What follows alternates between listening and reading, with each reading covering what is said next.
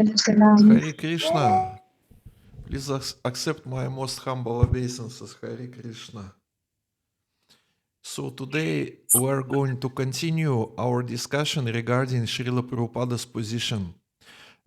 This discussion is based on the seminar which was given and which is quite regularly still is given by His Grace Sureshwara Prabhu. Sureshwara Prabhu, he is Srila Prabhupada's disciple and he is member of Srila Prabhupada's position committee in GBC, where the disciples of Srila Prabhupada are trying to give us the proper understanding who Srila Prabhupada is, what is his position, what should we do. So this very systematical course, which is called Srila Prabhupada Founder Acharya, given by Sureshwara Prabhu, you can see the full version on YouTube, or you can try to invite him in India also, if you wish, and you can ask him to give this seminar. The whole seminar is very important, and today we're going just to discuss some parts of this very important transcendental knowledge regarding Srila Prabhupada, his position and mercy, which we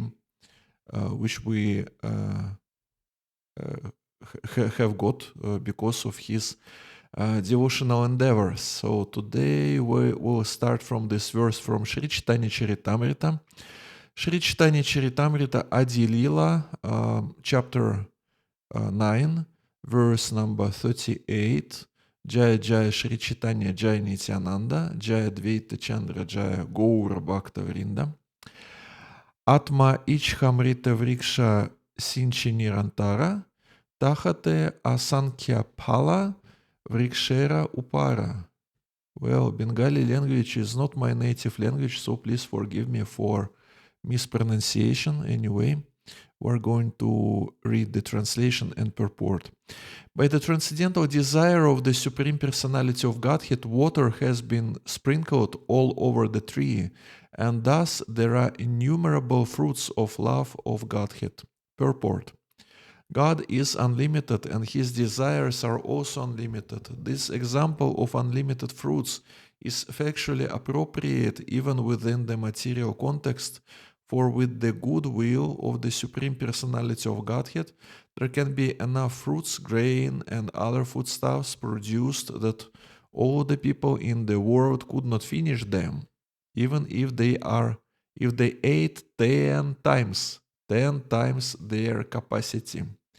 In this material world, there is actually no scarcity of anything but Krishna consciousness. Actually, this statement that in this material world there is actually no scarcity of anything but Krishna consciousness, this statement belongs to Bhaktisiddhanta Saraswati, to Srila Prabhupada's spiritual master.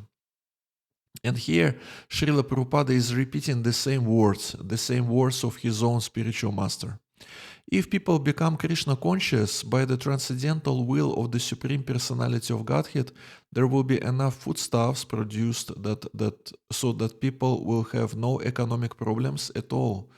One can very easily understand this fact. The production of fruits and flowers depends not upon our will, but upon the supreme will of the Personality of Godhead. If he is pleased, he can supply enough fruits, flowers, etc. But if people are atheistic and godless, then nature, by his will, restricts the supply of food. For example, in several provinces in India, especially Maharashtra, Uttar Pradesh, and other adjoining states, there is sometimes a great scarcity of foodstuffs due to lack of rainfall. So-called scientists and economists cannot do anything about this. Therefore, to solve all problems, one must seek the good will of the Supreme Personality of Godhead by becoming Krishna conscious and worshipping him regularly in devotional service. Hare Krishna, Hare Bol. Om Agyana Timirandasya Gyananjana Shalakaya Chakshur Unmilitam Yena Tasmai Shri Gurave Namaha Shri Chaitanya Mano Bishtam Stapitam Yena Bhutale Свайрупа Кадама Ям Дадати Свападантикам Ванча Калпатарубьясча Крипа Синбя Эва Чапатитанам Павана Бьовишна Бьюнаманамага Jai Shri Krishna Chaitanya Prabhu Nityananda, Shri Advaita Gadadhara, Shri Vas Adigaura Bhakta Vrinda, Hare Krishna, Hare Krishna, Krishna Krishna, Hare Hare, Hare Rama, Rama Rama, Hare Hare. So we are going back to our slides, and again, it is the presentation which is made by Sureshwara Prabhu and his colleagues from ISKCON Position Committee in GBC. So yesterday we've discussed what we have discussed. We have discussed how Srila Prabhupada's appearance to this world was predicted by Lord Shri Krishna in Brahma Vaivarta Purana, then also by Shri Chaitanya Mahaprabhu himself in Shri Chaitanya Mangala. Srila Prabhupada is mentioned here in Chaitanya Mangala like Senapati Bhakta, military field commander in army of Shri Chaitanya Mahaprabhu. Also, we told that Srila Bhaktivinoda Thakur himself, he also predicted that Srila Prabhupada will appear in this world and he will unrestrictedly move over the whole world with message of Shri Chaitanya Mahaprabhu. So how we can understand that actually Srila Prabhupada is mantra upasaka or worshipper of the holy name, who is able to spread the chanting of holy name everywhere, or how we can prove that Srila Prabhupada is Senapati Bhakta who will be preaching Krishna consciousness outside India, or how we can prove that he will be unrestrictedly move over the whole world just by getting more to know about his activities by reading Srila Prabhupada Lilamrita and other books where his activities are described. So we can easily see that that Srila Prabhupada was able to move unrestrictedly over the whole world with message of Sri Chaitanya Mahaprabhu. Why? Very simple, because of aviation. The airplanes are invented, and now people can move here and there very easily. If there is no restrictions, if there is no sanctions between different countries, then one can easily go here and there. Of course, also yesterday we've mentioned that Sri Chaitanya Mahaprabhu provided some facilities to Srila Prabhupada to to fulfill this mission. I mean, this technical revolution, industrial revolution, some technologies were invented in 17th century and 18th century, and also Srila Bhaktivinoda Thakur, who sometimes we call Srila Bhaktivinoda Thakur to be seventh Goswami. There are 6 Goswamis of Vrindavana, and there is Goswami number 7, who is Srila Bhaktivinoda Thakur, who wrote a lot of Vaishnava literature. His role is very important in Vaishnava tradition, Gaudiya Vaishnava tradition. Also, Srila Bhaktisiddhanta Saraswati Thakur, he manifested this preaching spirit, missionary spirit, by establishing Gaudiya mission, Gaudiya Math. And it was like foundation for Srila Prabhupada's mission to be fulfilled, to be executed, I would say, to be executed. And also, again, how Srila Prabhupada was able to move here and there unrestrictedly, just because USA relaxed its Asian immigration laws. Because of that, Srila Prabhupada was able to get long-term visa to stay in US, to go here and there and to preach Krishna consciousness. Otherwise, before US relaxed its Asian immigration laws, it was not so easy for Indian people to go to America and to stay in America for a long period of time. Like, for example, in Soviet period also, it was not so easy to stay for a long time in USSR for our preachers of Krishna consciousness.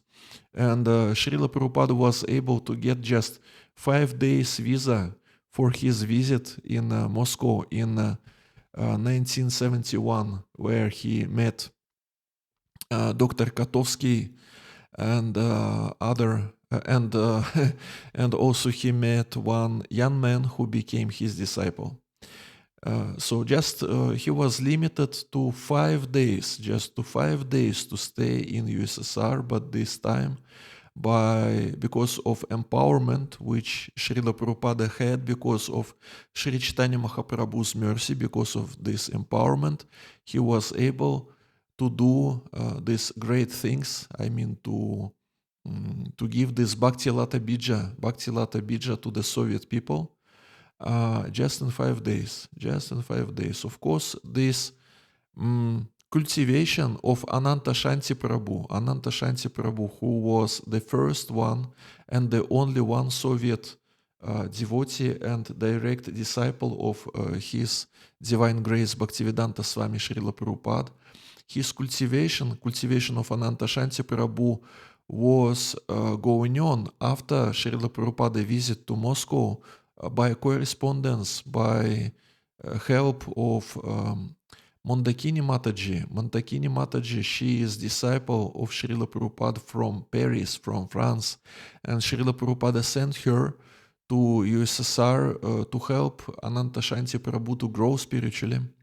And they were like husband and wife just for some period of time, short period of time. But again, because USSR didn't give long-term visas for foreigners, it was not easy for Mandakini Mataji to stay there for a long time. So for some time they were like together, but after some time they had to divorce. Anyway, it is another story. It is another story, another class. And also yesterday we were speaking about how Srila Prabhupada was trying to get help from his god brothers, and they didn't help them. And after this, Srila Prabhupada was actually he was forced, because of these circumstances, he was forced to establish ISKCON, to establish his own organization. In this letter written to Bhakti Vilas Tirtha Maharaj, he is saying, I have no ambition for becoming the proprietor of any matha or mandir, but I want working facilities. Means he established this ISKCON not just because of his ambition, not just because he wanted to become one more great religious leader. He had to do it just because of the mission. There are some needs that any mission or any project that we decided to start, any project has to be supported by some facilities, by manpower, by capital, and other things, by land. So, because of that, Srila Prabhupada, he had to take care of all these things by himself, because he didn't get any help from his god brothers. So, after some time, when Srila Prabhupada had his third heart attack, he had two heart attacks when he was going from India to US on Jaladuta. He had two heart attacks, and he had the third one in 1968, and he was about to die. So Bhakta Michael, or later on he became Mukunda Das, or later on he became Mukunda Goswami, he is spiritual master in ISKCON, sannyasi. He asked Srila Prabhupada in 1968, when you die, what will happen to the movement? He asked, will you have a successor who will continue your work and look after our spiritual education? Actually, it is Srila Prabhupada's answer. Actually, it is an insult to the spiritual master, he said. My spiritual master, he said, he was not ordinary spiritual master. He saved me. It is from Mukunda Goswami's book, which is called Miracle on Second Avenue. So these young people, American boys and girls, they were thinking, who will guide them after Srila Prabhupada's departure? Who will guide? And it is the position of a disciple that we should not consider our spiritual master to be ordinary person. It is his position is exclusive in the sense that there is a person who can be our guide in spiritual life, who can guide us on spiritual path directed to Krishna. And it is not that everyone can guide us on this spiritual path. I mean, it is not that each and any person can have particular spiritual qualification which is needed to guide someone on spiritual path. And also it is not that we are ready to be guided by anyone and everyone in the sense that we have particular conditioning, we have particular conditioned nature. And because of that, we choose someone as our Diksha Guru. We join ISKCON and we already have Guru. Srila Prabhupada is our Shiksha Guru. He is our instructing spiritual master. He is instructing spiritual master for everyone in ISKCON. But at the same time, we need to take shelter of Diksha Guru and initiation of Diksha Guru, who will be taking care of our spiritual life, who will be directing and correcting us, who will take responsibility for our spiritual advancement. Of course, it doesn't mean, because sometimes devotees, they think, spiritual master, he took responsibility for my spiritual advancement, so I don't have to take any responsibility. I have no qualification. The whole qualification belongs to my spiritual master. He will ask Krishna to accept me in spiritual abode, and Krishna, he will have no way out. He will accept me in spiritual abode anyway. Some people, they think like this. I'm initiated, now everything is under control. Everything is controlled. Now everything is guaranteed. But, well, no. No, this responsibility is divided in two parts. One part belongs to Parampara, spiritual master Krishna, Srila Prabhupada. Another part belongs to us. We also have to put our own endeavors. We put our own endeavors, and to put endeavors, we need faith. And this faith means that one should not consider his spiritual master to be ordinary man or to be ordinary spiritual master. What does it mean, ordinary spiritual master? If we will use this quote, which you can see on the screen, Srila Prabhupada is saying about Bhaktisiddhanta Saraswati, he was no ordinary spiritual master. Well, actually it can be explained in such way that in India we have so-called family gurus, some kind of priests or purohits, pujaris, who just take care of some kind of Vedic rituals. They help some families, maybe one generation after another. Sometimes it happens like this. But the conception of guru in ISKCON differs from this traditional conception of Indian culture, because guru is one who knows Krishna. Guru is one who knows science of Krishna and who can guide.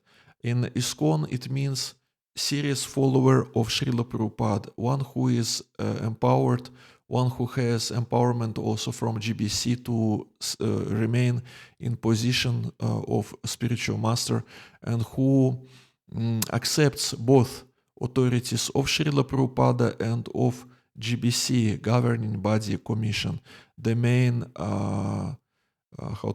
council which is guiding this society, great society, noble society, spiritual society.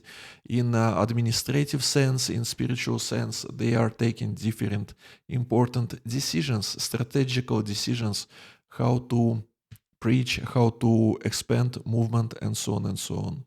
So he takes, spiritual master takes, accepts authority of Srila Prabhupada, he accepts the authority of organization also, and all other details regarding this subject matter you can get from by taking ISKCON Disciple course. where all these things are explained very nicely. And he was not ordinary spiritual master. It means, well, basically, Bhaktisiddhanta Saraswati Thakur, he came from spiritual world directly, and Bhaktivinoda Thakur also, and Bhaktivedanta Swami also. And it is not that we know Svarupa or original spiritual form of each and every spiritual master. It is not so, but they are not ordinary people. They are not people. They are empowered personalities. They are not just people. They are empowered personalities to save the world, like this. So it is important position of Srila Prabhupada. There is no replacement. There is no replacement. There is no replacement. It is the central. He is in the center of ISKCON. Srila Prabhupada is in the center of ISKCON. Well, actually, Krishna is in the center, but Srila Prabhupada is also in the center in form of his instructions. And he is founder Acharya. We're going to discuss what does it mean to be founder Acharya. Also, in his book, The Hare Krishna Explosion, Hayagriva Prabhu, he writes about that period of time. He writes the following. Later, Swamiji tells us what we should have always known. There is no one to replace him. The very idea is insulting. If someone comes and tells you something different, he says, Srila Prabhupada says, you will be confused. You will be confused. Such story. So, what does it mean to be Shaktivesha Avatara? What does it mean to be empowered personality? It means the ability to understand what is relevant, what is not relevant, how to present the message according to place, time, circumstances, Desha Kalapatra, to understand how to do it and to be able to do it, to have power to do it, to be able to convince, to be able to present it in attractive way. So it is the power of Shaktivesha Avatara, of empowered personality. Srila Prabhupada is such personality. So also we have this story like previously devotees, first followers of Srila Prabhupada, they have called them Swamiji. And Mataji Govinda, she is one of the first disciples of Srila Prabhupada.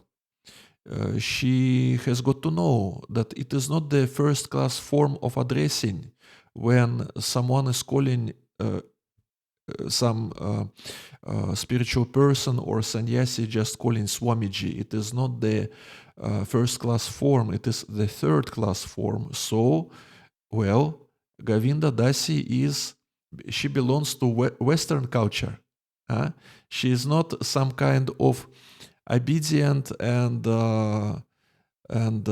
meek Mataji, who is trying not to express herself, who is trying to control herself, to be quiet, to be almost invisible. No, she belongs to Western culture.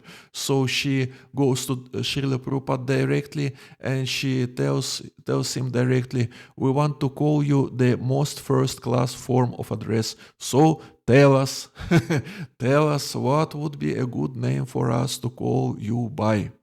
So, well, she was quite insisting. He was very humble, very reluctant, but I pressed him. We've got to change this. We've got to change this. And he said, you can call me Guru Dev or Guru Maharaj or Prabhupada. So I said, Mataji said, well, that's three forms of address. We need one. We need one. So which one is the best? And he answered, Srila Prabhupada is nice. That is the best.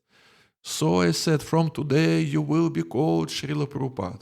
So this story is mentioned in this uh, video series, DVD series following Srila Prabhupada. You also can watch these videos on YouTube if you wish. And later on, after Mataji Govinda announced to Srila Prabhupada that now his title is changed from Swamiji to Prabhupada.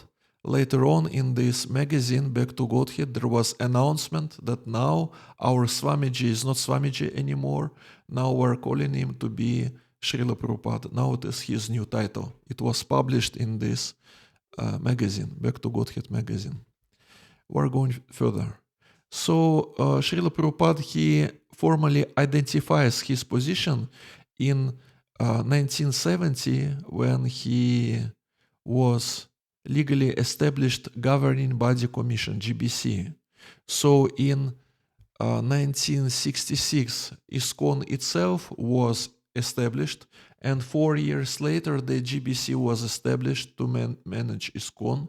So in this document, it was written, his title was written, International Society for Krishna Consciousness Incorporated.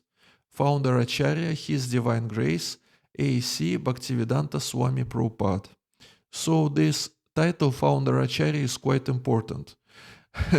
In the very beginning, as we can see from this remembrance of Govinda Dasi, Srila Prabhupada was not emphasizing the importance how you are calling me. He was expressing this humility. It is not so much important what will be my name, what will be my title.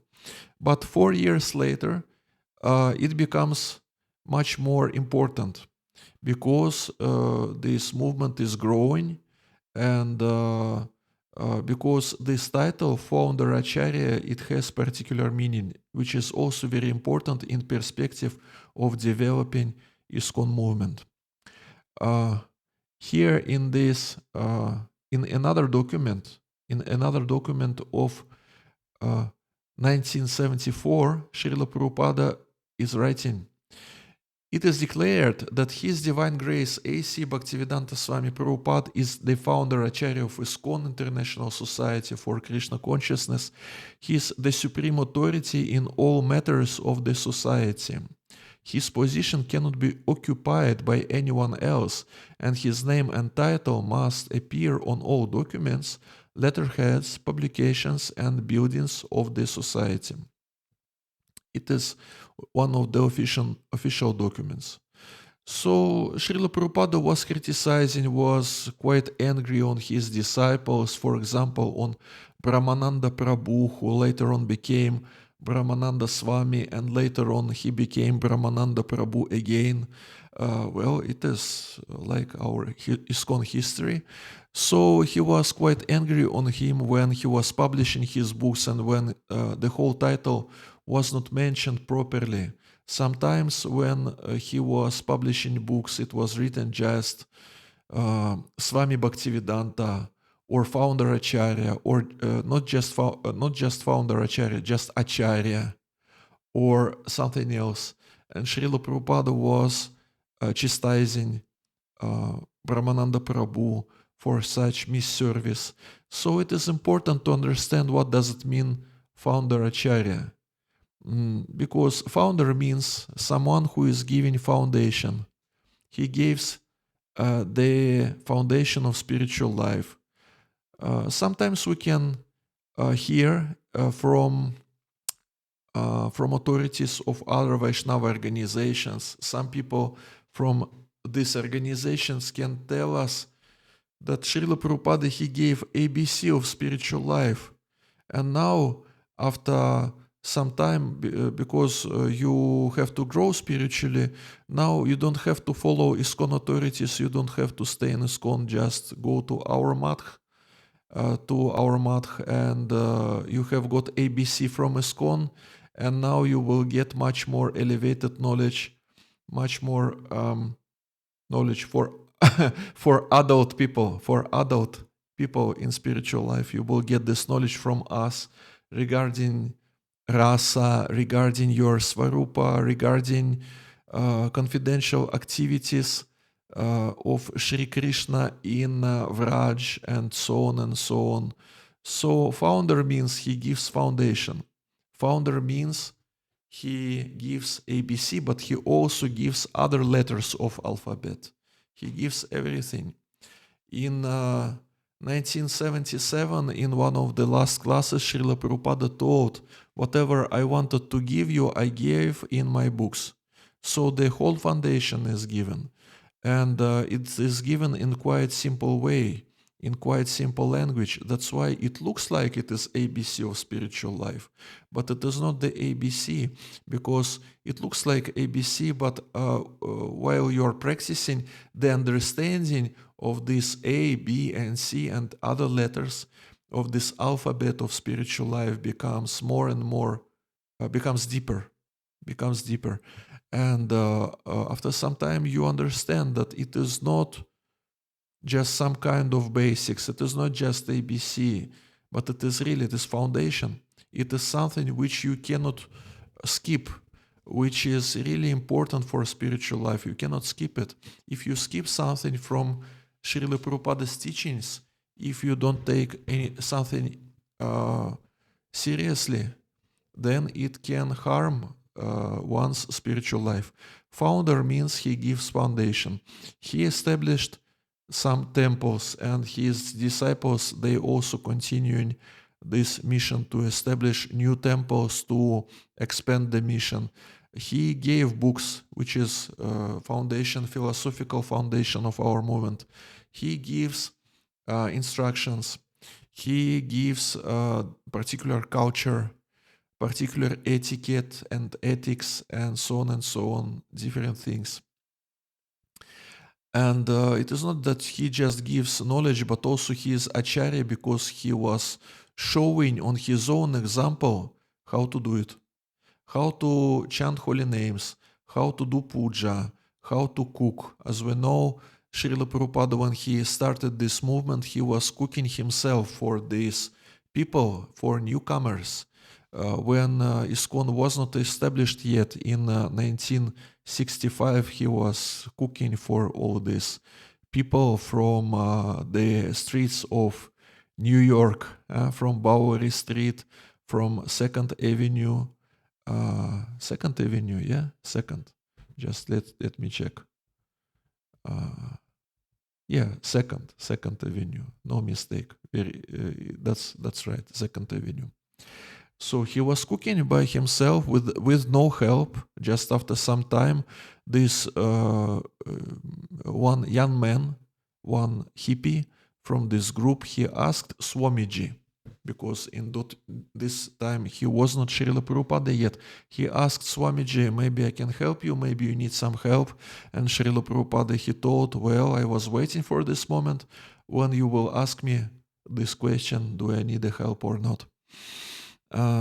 So according to the diary, Srila Prabhupada is writing in the diary that, and also he explains in one of his classes that he was cooking basically every day. Every day he was cooking. On Sunday feast, it was about 100 or 150 visitors, and he had to cook himself. Initially without any help. After some time, these new people, they decided maybe we should help him. It is regarding Sunday feast, 150 visitors, and 70 years old Swamiji has to cook for them, has to put his energy. And regarding other days, working days, anyway, he was cooking for them every day about 30 visitors every day, 30 or maybe 40. Such statistics, such situation. So he was struggling very hardly.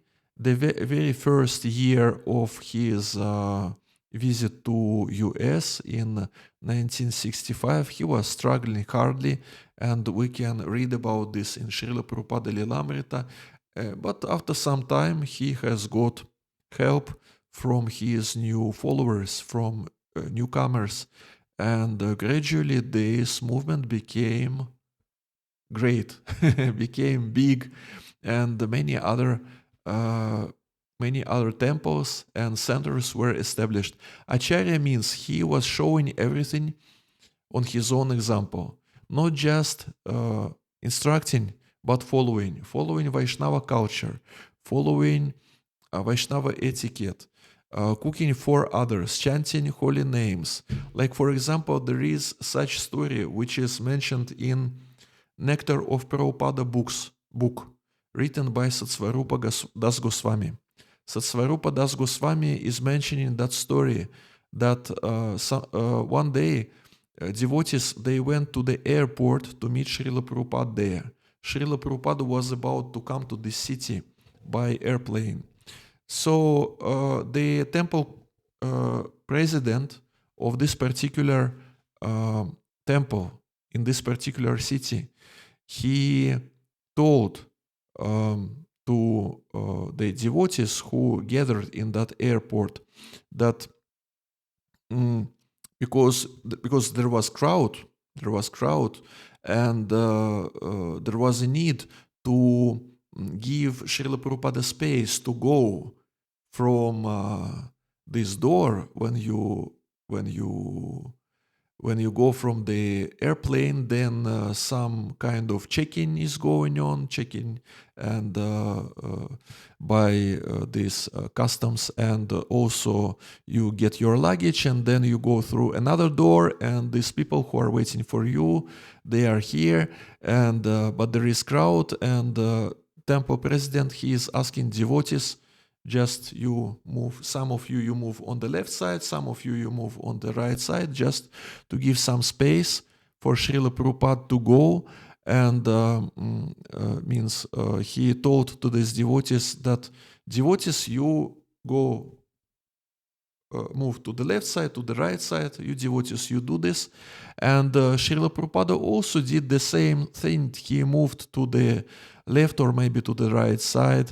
And when temple president asked Srila Prabhupada why you did this, Srila Prabhupada, he told, well, actually, I'm also devotee. You told you devotees, you go on the left, on the right. I'm also devotee. That's why I'm following this instruction. Srila Prabhupada, he had to show many things on his own example. Even the very first female disciples, they say that Srila Prabhupada, he himself was teaching them how to wear sari. I mean, Western female disciples, because she didn't know. They didn't know. They didn't know how to do it. So Srila Prabhupada, he had to show how to wear sari just on himself. He had to do it. Well, he had to do it just once. After this, some Matajis, they were sharing this knowledge to other Matajis, and in such way this parampara was going on, parampara, chain of disciplic succession. So founder Acharya, it is very important, and no one can replace, and this position of founder Acharya cannot be occupied by anyone else, and the name and title of Srila Prabhupada must appear on all documents, letterheads, publications, and buildings of the society. It is really important, because if someone, just because of misunderstanding, just because of influence of illusory energy, will be thinking about himself that he is great Acharya and he will replace Srila Prabhupada in this ISKCON movement, but well, Srila Prabhupada is the only one who is specially empowered by Sri Chaitanya Mahaprabhu. It is not that each and every person equally empowered. It is not so. People, they can have ambitions. They can have some ambitions to be famous preachers or great leaders, or some desire to influence on people and so on. But one should be quite realistic about his own spiritual qualification. Otherwise, if we overestimate or if we underestimate ourselves, in both cases, it can be harmful for our spiritual life. That's why we can refer to the question that one Mataji she asked yesterday about spiritual guidance. Again, spiritual guidance is really important. Otherwise, if we are not under spiritual guidance, we will be overestimating ourselves or underestimating, and in both cases, it is not good. It is not good for the spiritual life and for our dealings with devotees. We should be realistic about ourselves. Mm. His position cannot be occupied by anyone else. It is an important point to mention. And well, actually, a lot of slides are here, and time time is limited as usually. It is limited, but anyway, we will. Okay, what is written here? As ISKCON's founder Acharya, Srila Prabhupada is the life and soul of all generations of his followers. Moreover, whoever enriches our foundational identity as Prabhupada Nugas is also glorious. Depending the cooperation will need to take Prabhupada and Lord Chaitanya's mission of Krishna consciousness to every town and village on earth. Means not only Srila Prabhupada's instructions are important, but also any instruction which make us closer to Srila Prabhupada, which helps us to understand who Srila Prabhupada is. It is also really important for our spiritual life.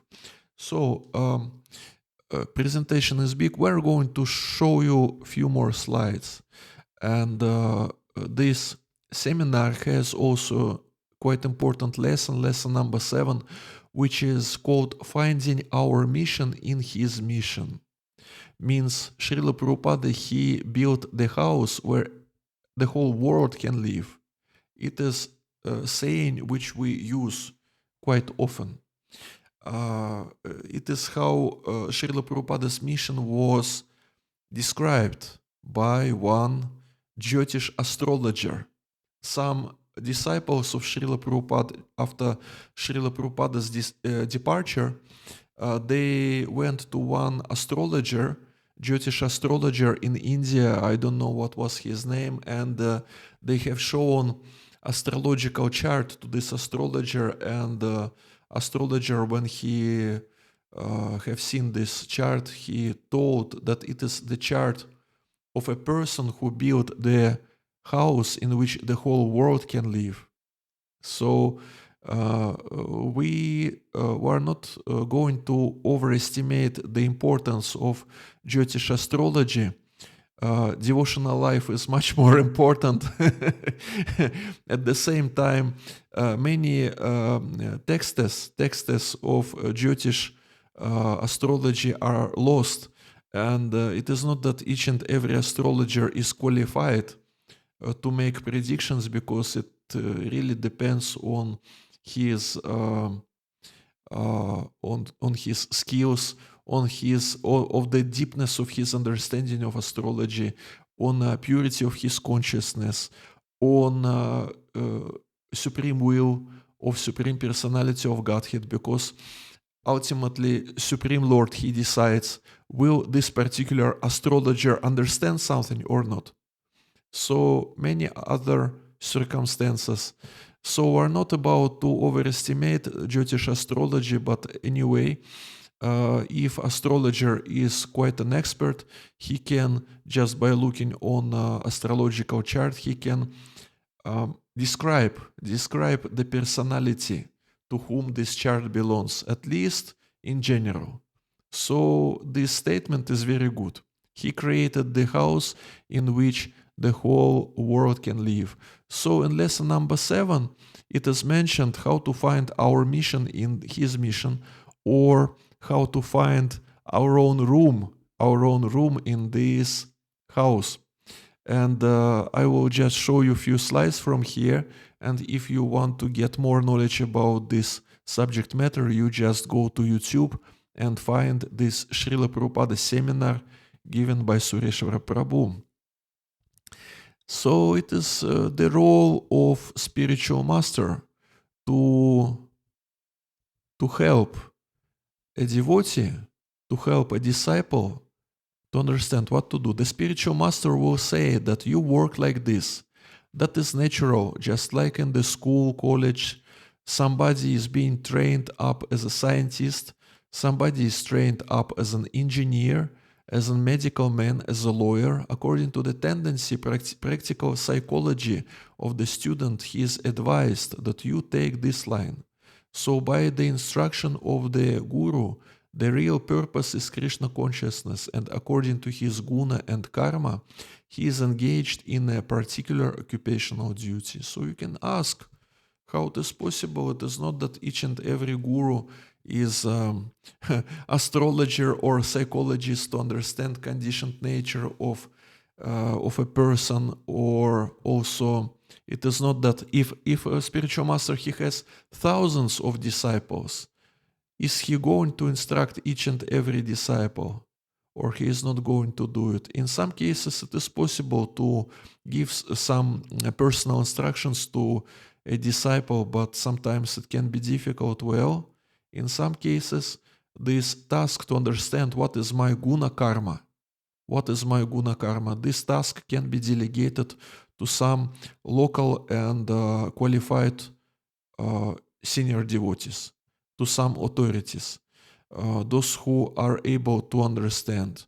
Usually we are able to understand our nature just by being engaged in different kinds of devotional service. So in such way, you can see that, okay, it is natural for me to be pujari or to distribute books or to lead kirtan, especially if some has some musical skills or musical talents. Or for example, some scientists are joining to the ISKCON, and it will be quite natural if the scientist will be preaching to other scientists on the basis of his understanding and his scientific qualification. So one can try. One can try himself in different kinds of devotional service. He can try himself, for example, to cook prasadam for devotees. And in some cases, some people, they are good in cooking, and some people, they are not. They are not. Some people, they cooked something, and other devotees are suffering because of that. So important criteria to understand what is my guna karma. I'm doing something, and point number one, I'm able to do it nicely. Point number one, I'm able to do it nicely. Point number two, devotees are satisfied with me, how I'm doing this. Devotees are satisfied, especially spiritual master or some seniors under whose guidance we are. And devotees in general are satisfied, it is good. Of course, some people who are not satisfied, they always will be there. It is not that we are able to satisfy everyone. We are not able to satisfy everyone, but if majority of devotees, they are satisfied, then it is okay. So if devotees are satisfied, usually it is considered to be that it means that Krishna is satisfied, and his satisfaction of Krishna is manifested through devotees. And point number three, we ourselves are satisfied. Means it is natural for us to do it for a long term, not just for 1 day or 1 week or 1 month. We take some austerity to do some seva, and then we are happy that this seva is finished, and we want to do something another, to be engaged in another activity. To follow our own nature means to execute devotional service according to particular capacities. It means that we are able to do it for long term, and it is good from both spiritual point of view and administrative, managerial point of view. It is nice if people are engaged according to their capacities, because if from administrative point of view, it is good because if people are engaged according to their capacities, they will be able to execute this devotional service for a long period of time. From administrative point of view, it is good.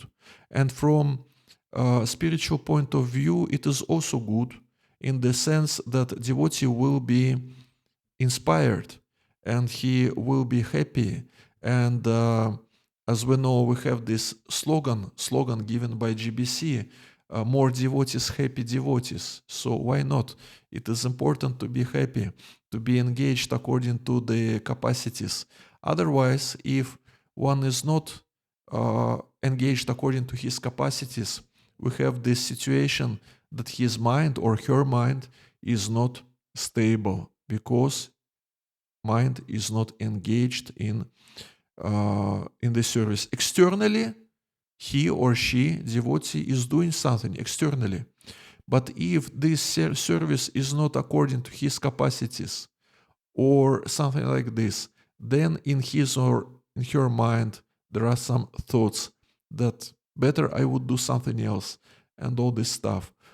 Of course, these thoughts can come in our mind also just because we are not so stable yet because of our neophyte stage or because of unattentive chanting. Also, there are some other reasons when mind is not so stable. But anyway, to make it stable means to come to the conclusion, I'm doing what I'm supposed to do. And what I'm supposed to do, I'm supposed to serve Krishna, and I'm supposed to follow, to execute, to engage my guna karma. So when it goes all together, that person is satisfied. Means he found himself or she found himself in devotional service. So there are some questions that are recommended to ask to ourselves. These 5 questions you can take a picture using your mobile, or you can take a picture later on because we are recording this session. These 5 questions are important to understand what is my conditioned nature, what is my guna karma. 5 questions.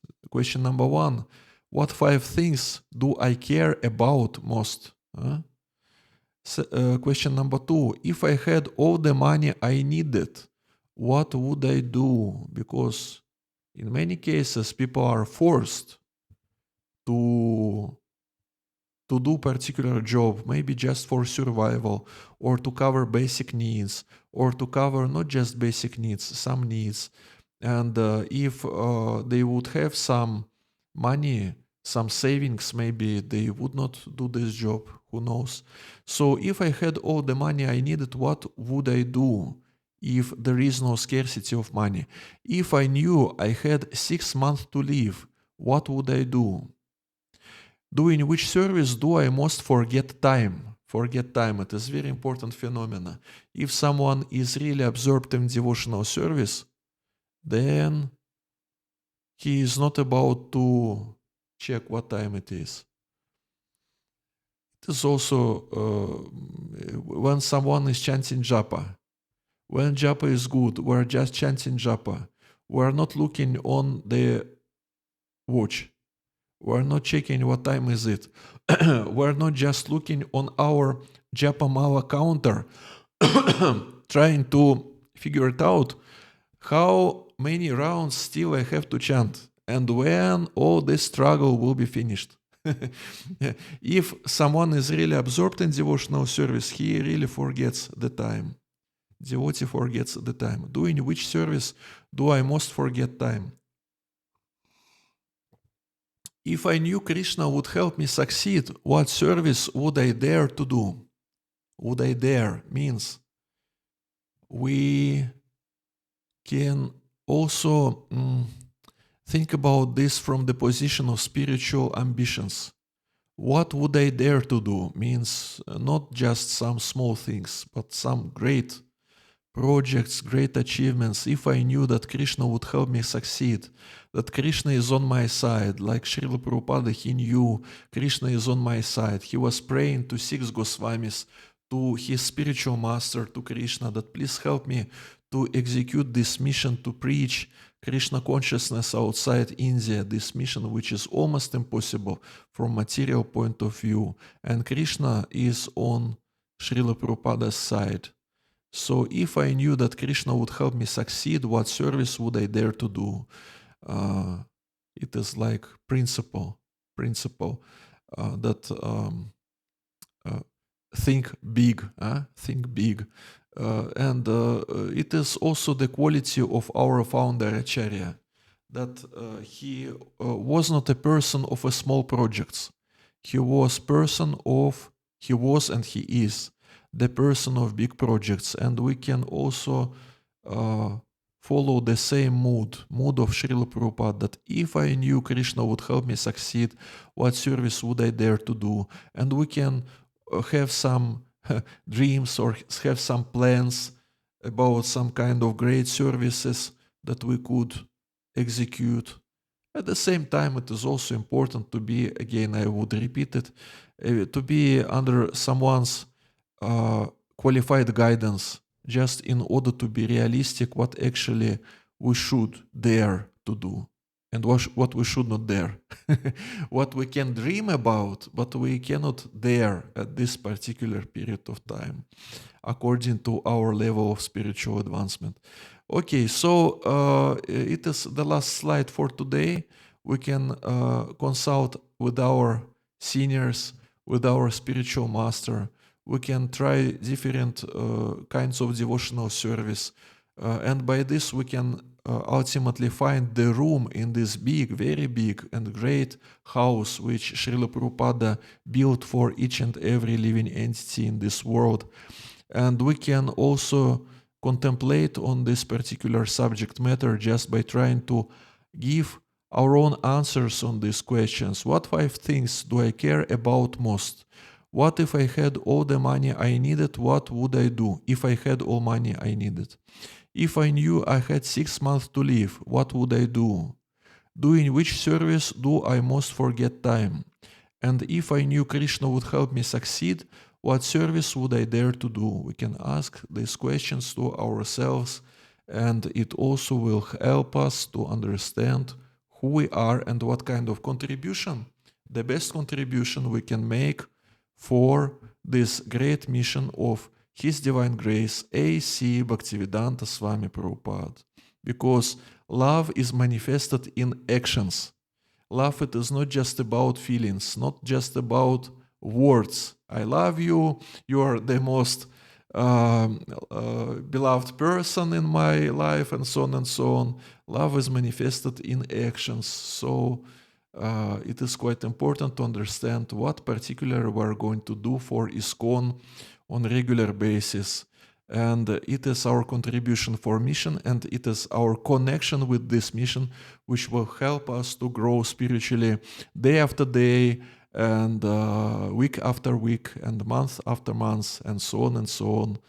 Hare Krishna, Krishna Krishna, Hare Hare, Hare Rama, Rama Rama, Hare Hare. Okay, now let's go to your questions. If you have some questions or thoughts, please share, and we will discuss it. Hari Bol, Hare Krishna. Hare Krishna, thank you very much, Prabhuji, for this wonderful session. So, devotee, if you have any question, any point, suggestion, you can share.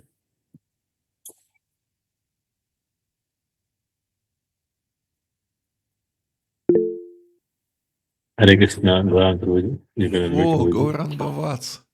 Nice to see you again. Hari Bol. Prabhuji. Thank you, Prabhuji. Thank you, Prabhuji, for this wonderful session. Nice to see you. Prabhuji, thank you, Prabhuji. I remember Prabhuji, you. okay, Mhm. thank you. Prabhuji, I had one question, although it is out of context maybe, but if we had some, like we are encountering some bad karma, maybe from our previous lifetime, then what should be our pray? What should we pray to the Lord while um, doing devotional services? Nice question. This prayer is given in 10th canto of Bhagavatam. I will show you just one moment. I have to open this verse. It is canto number 10 and chapter number 14. Just one moment. I will show you this verse. What's going on? Okay.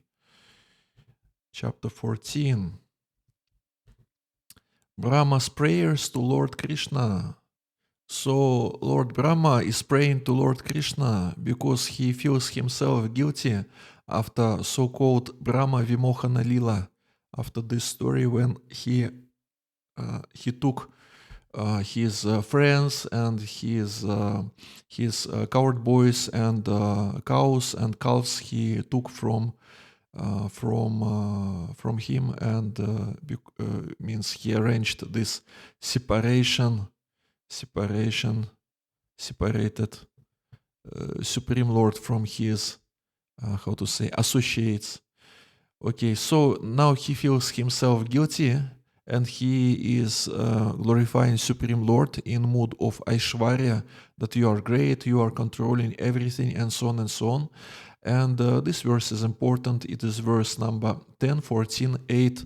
Tatenu kampam susamik shamano, bujana evatma kritam vipakam, hridvak vapur bhir vidadvan namaste, jiveta yo muktipade sadaya bhak.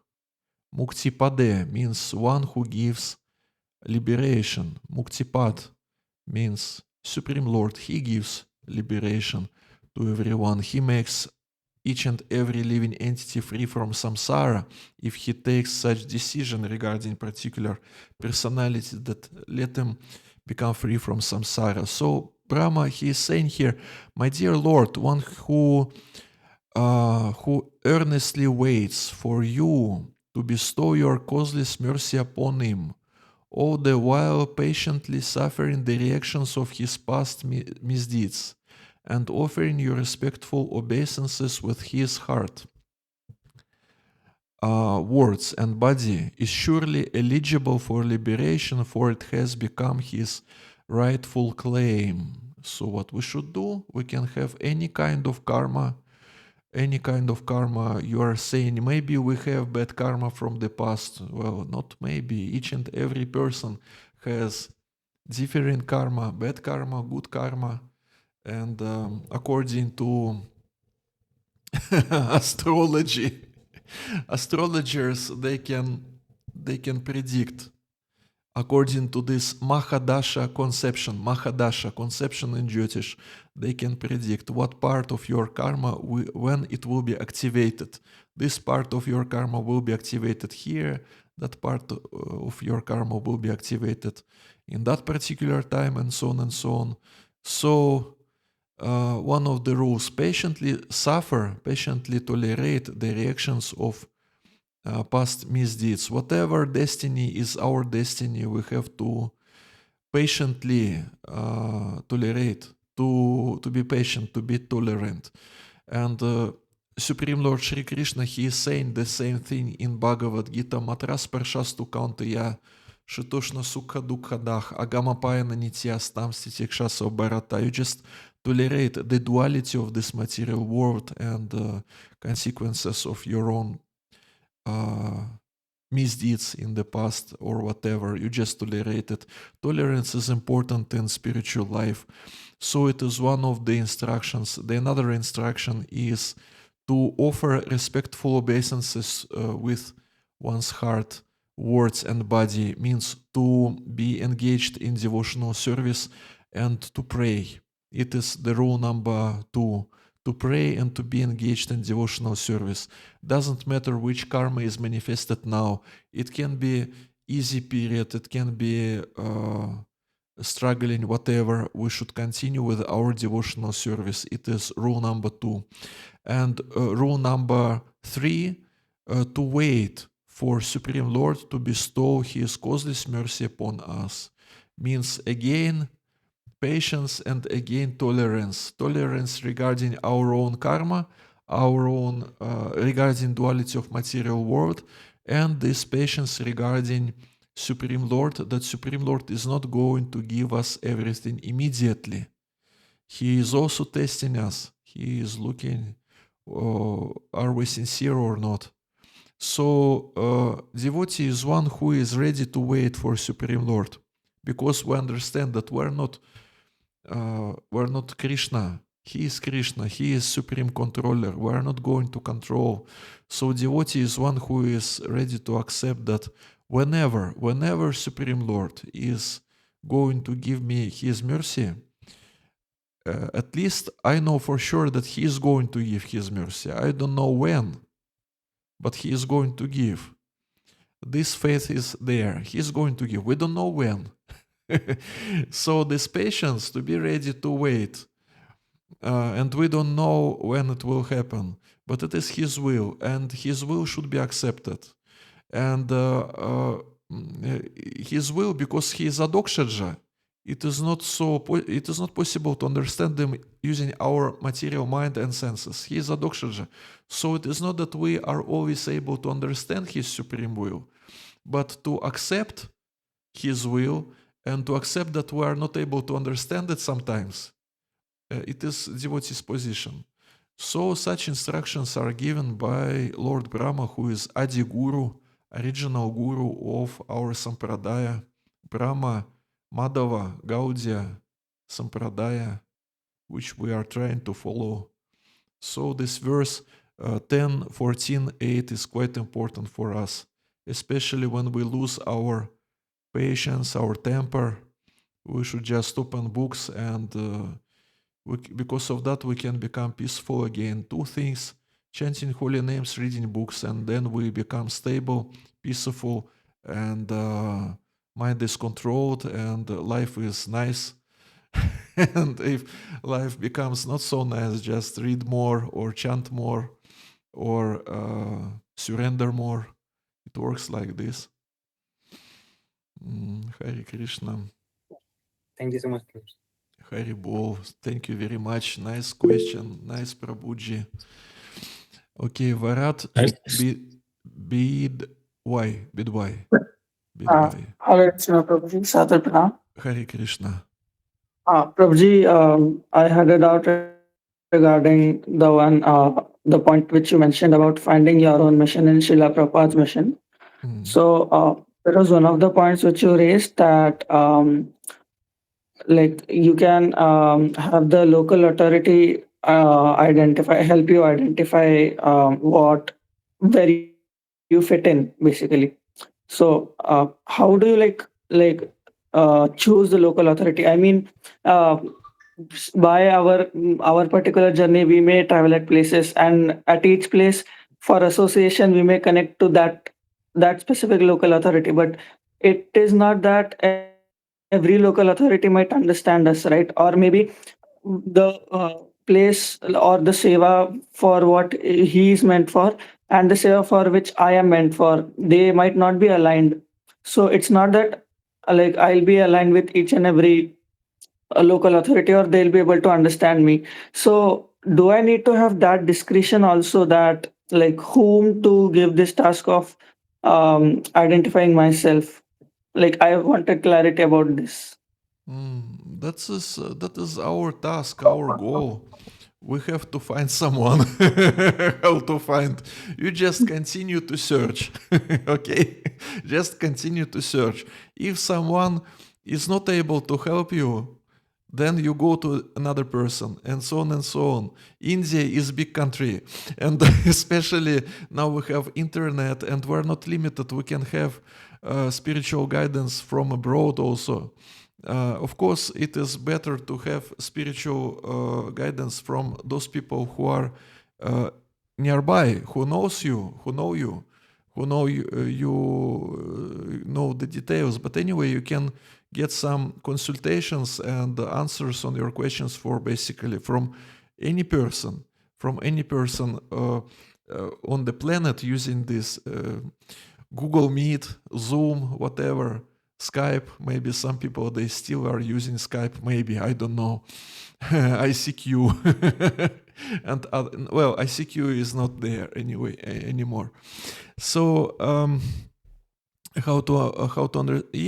we should respect each and every authority, because it is not that they just took their positions just by chance. They took some kind of responsibility in our society, and because of that, they should be respected because they are serving to Srila Prabhupada according to their capacities. And some of them, they understand us. Some of them, they don't understand us. Some of them, they will not understand us.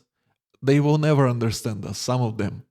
And we will not understand or maybe accept the style of managing things or guiding of some people. Will never accept, maybe in some cases. But anyway, just at least in our own mind, we should respect these people because somehow they decided to take some responsibility in this great mission. Sometimes the motive to take this responsibility is pure. Sometimes it is not pure. Sometimes there are really visible problems, even visible for neophytes. But anyway, it is between these people and Srila Prabhupada. Srila Prabhupada will take care of them, and they have their spiritual masters. They also are going to take care of them. And it is our own responsibility. Like, for example, we are going to the market or to the shop in order to buy some kind of vegetable. And if one person, he is not selling potato, we're going to another person, we're searching for potato or for mango or whatever. We have particular task to accomplish because again, it is much more easier to live this life if we understand our conditioned nature, if we understand our guna karma. It is easier. Again, we should also understand that our authorities, it is not that they always will be engaging us strictly according to our guna karma. In some cases, some kind of service just should be done. And just in this service mood of service, this service attitude also should be there. And this service attitude should also be manifested that sometimes we are doing something for our seniors, for Srila Prabhupada, for spiritual master. We are doing something which we actually wouldn't do and which we don't like to do, but we're doing this just as in the way of sacrificing our time, our energy for mission. It is also important for our spiritual purification when we are not just considering our own conditioning and we decide that this I will do, that I will not do, and don't ask me to sweep the floor. I'm a Brahmana, I'm not going to sweep the floor. Just hire someone, he will sweep the floor, and so on. Sometimes we have to do something which we don't like. It is life. It is not just about devotional service or about ISKCON. It is about life in general. It goes like this. But at the same time, if we are speaking about some devotional service which we should do or can do for long term, it is quite important to understand who we are, and how to do it well. It is not that just we approach any authority, because again, there are spiritual authorities, there are managerial authorities, administrative authorities. If you will just approach administrative authority, he will be engaging you according to the needs of particular community of temple. It is not that each and every administrative leader is psychologist. It is not that they will be people-oriented. Sometimes some of these people are really project-oriented. It is also part of life.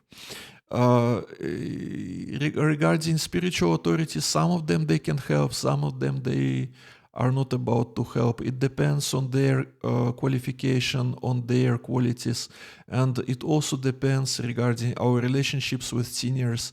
It depends on Paramatma, because ultimately Paramatma gives to the senior this capacity to understand how to help this junior. And if Paramatma is not giving the sanction, if Paramatma is not giving the way to understand and what senior devotee can do, he can be 20, 30, 40 years in ISKCON, 50 years, but if sanction is not given, then he is not able to help to this particular junior devotee, then maybe some another person he can help. So you also can take some kind of responsibility for this quite important task to understand the guna karma just by dealing with devotees who are engaged, and not just engaged but absorbed. It is important point. Absorbed in and dedicated to particular type of devotional service, like pujaris, cooks, and so on and so on, and you will feel yourself in which atmosphere it is more natural for you to stay, and what skills are easier for you to develop and to take, and who with whom the relationships are creating without any serious difficulties. Difficulties are also possible even if you are in your own kshetra and with your own people. Anyway, no one is guaranteed to be free from difficulties. Difficulties are always there, but there are some kind of difficulties that are showing us that actually we're not following our path, that we took someone's position. It is not my position, it is someone's position. So such kind of signs or difficulties can be there, and just by observing this, one can understand where should he go, and with whom he should stay, and what he should do. But anyway, we are already connected to ISKCON because we have some typical instructions for everyone. Read books, chant Hare Krishna, try to preach according to your capacities, to preach to particular category of people who are ready to accept your way of presenting Krishna consciousness. Because any person has a so-called target audience, particular type of people who are able to understand us. So preach, read books, chant holy names, take prasadam, attend temple programs, ask seniors, maybe they need something, maybe you can serve them, and after you did some seva for them, you will be blessed by them, and like this. So anyway, some kind of occupation is there, even if we don't know our guna karma. Even if we don't know, then we can just follow this very simple instruction which Sri Chaitanya Mahaprabhu gave to one of his associates. The instruction was, you just chant Hare Krishna and serve devotees. That's all. And after some time, you will understand what kind of service is more natural. But anyway, this instruction in general is very good. Just chant Hare Krishna and just serve to the devotees. And the details of the service of the devotees will be understood maybe later on. Of course, we can intensify our search, our attempts to understand what is more natural for us. We can intensify, we can not to intensify, but anyway, this moment will come when we will understand what is natural for us. This moment will come anyway. Hare Krishna, thank you very much for this wonderful question. Hare Bol.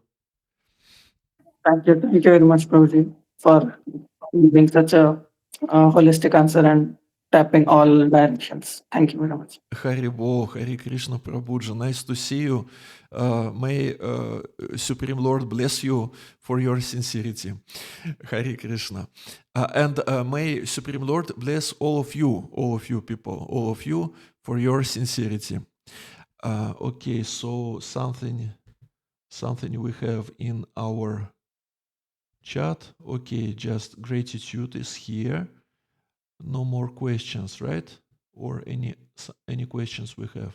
Do we have the questions? Likely we have no questions, right?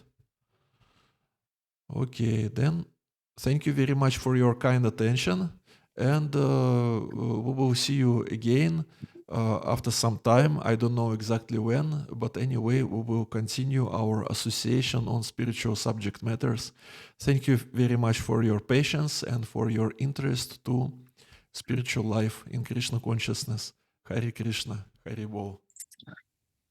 Hare Krishna. Thank you very much, Prabhuji, for such a wonderful lesson and wonderful answer. So let us thank you, Prabhuji, by loudly chanting Hare Krishna Mahamantra. Hare Krishna, Hare Hare Krishna, Hare Krishna, Krishna, Hare Krishna, Krishna Hare Hare, Hare Ram, Hare Hare Ram, Ram, Hare Ram, Ram Ram Ram, Ram, Hare Hare. Hare Thank you so much.